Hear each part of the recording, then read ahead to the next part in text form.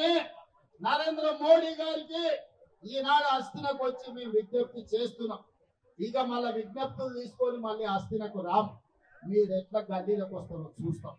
తొందరలోనే మా బలైన వర్గాల సోదరులకు, మా బహుజన సోదరులకు నేను విజ్ఞప్తి చేస్తున్నా. అదే పరేడ్ గ్రౌండ్ లో ధర్మ యుద్ధం ప్రకటించండి.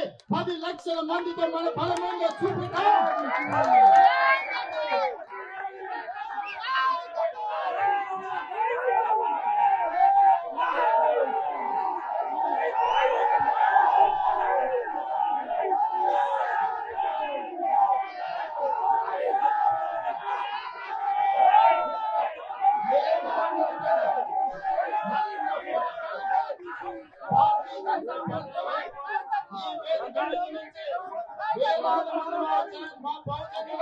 సమక్షంలో భారతీయ జనతా పార్టీ జారీ చేస్తున్నా.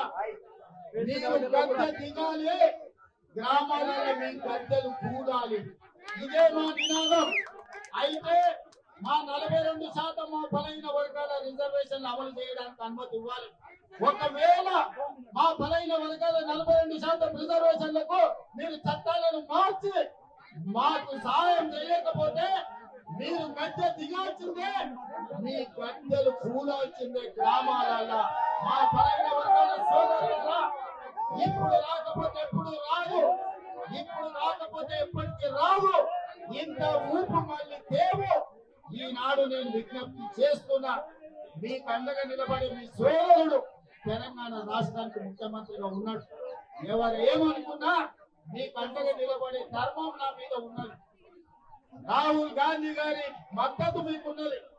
రాహుల్ గాంధీ గారి నాయకత్వంలో మీకోసం కొట్టాయి గల్లీ నుంచి ఢిల్లీ వరకు ఏకం చేసి అన్ని రాష్ట్రాలలో బలాన్ని కూడగట్టి బలైన వర్గాల రిజర్వేషన్లు తీర్చే బాధ్యత కాంగ్రెస్ పార్టీ రాహుల్ గాంధీ గారు తీసుకున్నారు. మీరందరూ ఏకమై రేపు జరగబోయే ధర్మ యుద్ధంలో మన బలమేందో పరేడ్ గ్రౌండ్ లో ప్రదర్శించండి. ఎంత మోడీ దిగిరాడో, ఎంత మన రిజర్వేషన్లు మన ఇంటికి రావు. ఒకవేళ అది రాకపోతే ఎర్ర కోట మీదనే మనమే జెండా ఎగరేసుకున్నాం. సోదరులారా, బలహీనం అనుకోకు. మేము గౌరవంగా ఉన్నాం, మీ గౌరవం ఇచ్చినాం.